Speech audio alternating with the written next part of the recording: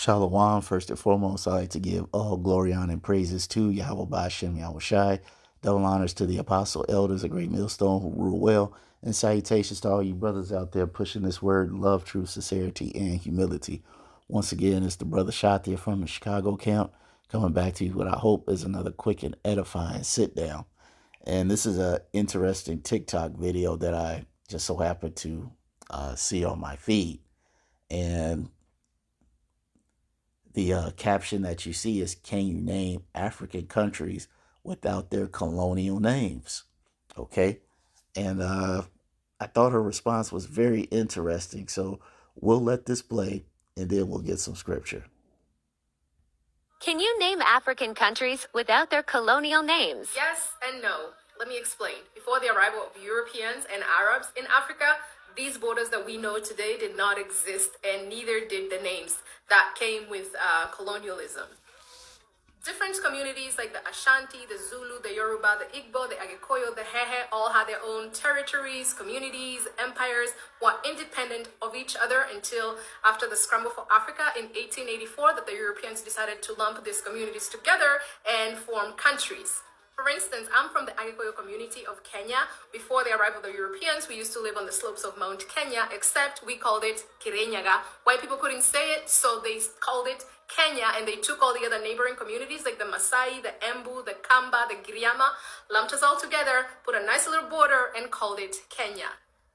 Hope that kind of puts things in perspective. If you need more clarification, please let me know. Like and follow for more. Can you name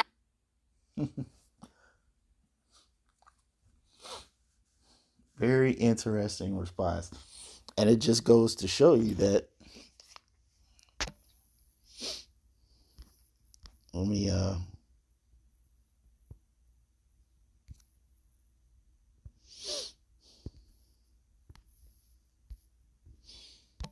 going to get Job.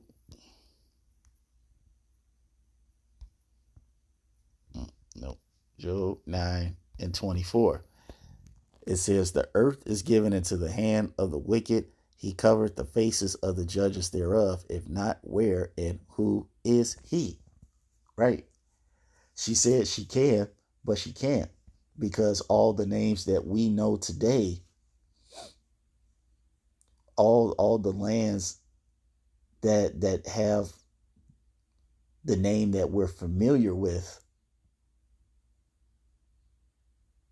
were not always the names of the lands pre-colonialism. And we all know colonialism, all that means is the introduction of bad Uncle Esau into these countries, and like she said, basically assimilated them into themselves, assimilating the lands into themselves.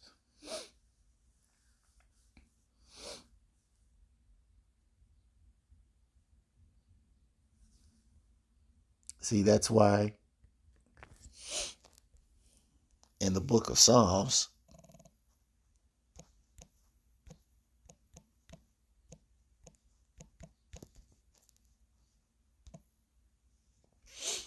Psalm 49 and 11, it says, their inward thought is that their houses shall continue forever, and their dwelling places to all generations.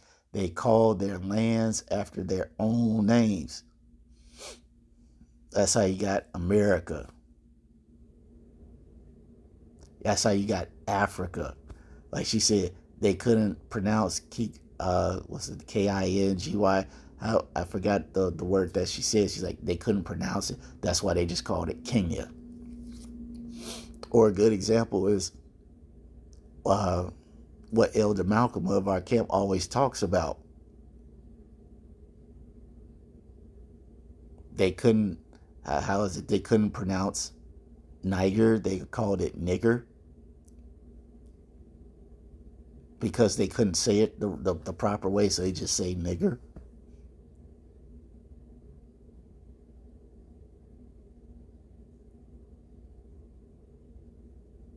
All right, this is full proof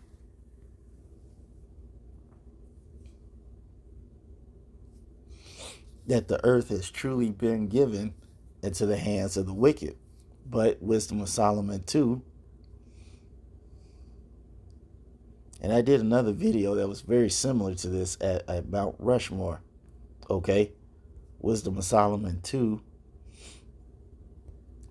And now since I'm able to get the scripture, I can say it more perfectly. Wisdom of Solomon 2 and 9. It says, let none of us go without his part of our voluptuousness. Let us leave tokens of our joyfulness in every place. For this is our portion, and our lot is this. And that also means leaving your name. Leaving your name in a place so that when you die and your seed gets it, your seeds can say, this land was named after my father. It says, let us oppress the poor righteous man. Let us not spare the widow, nor reverence the ancient gray hairs of the age. It says, let our strength be the law of justice, for that which is feeble is found to be nothing. And this is how they felt. Like she said, when they came over to their land, they introduced that colonialism. They didn't give a fuck who was there. It was either get down or get laid down.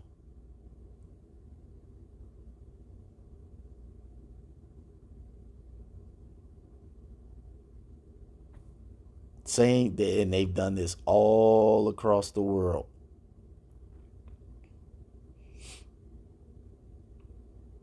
Enjoying, as we just read earlier, the fullness of their blessing, the fatness of the earth.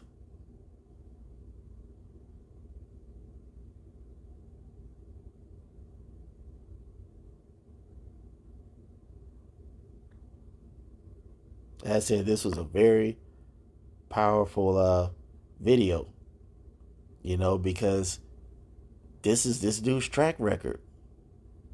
As it says in what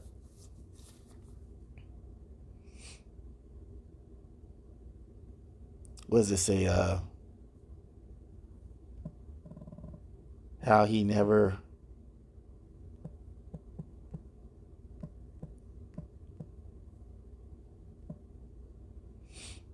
Habakkuk 2 and 5. It says, yea, also because he transgresseth by wine, he is a proud man. Okay. Neither keepeth at home.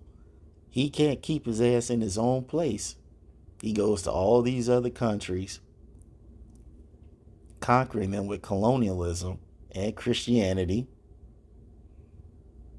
sets up shop, calls the lands after their own names, and they enjoy the fullness of their blessing there.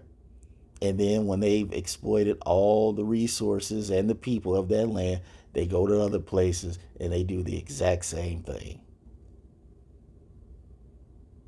As it's about to say here, it says, who enlargeth his desire as hell, and is as death, and cannot be satisfied, but gather unto him all nations, and heapeth unto him all people. Because this whole thing is wherever he goes, everybody has to assimilate to his style. That's why everywhere you go in the world, you see people wearing suits and you see them wearing ties. And rocking the booty face. That's bad Uncle Esau style. Suit, tie, and booty face.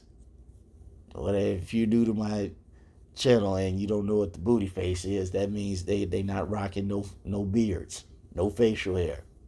Okay? That's the whole MO of this guy.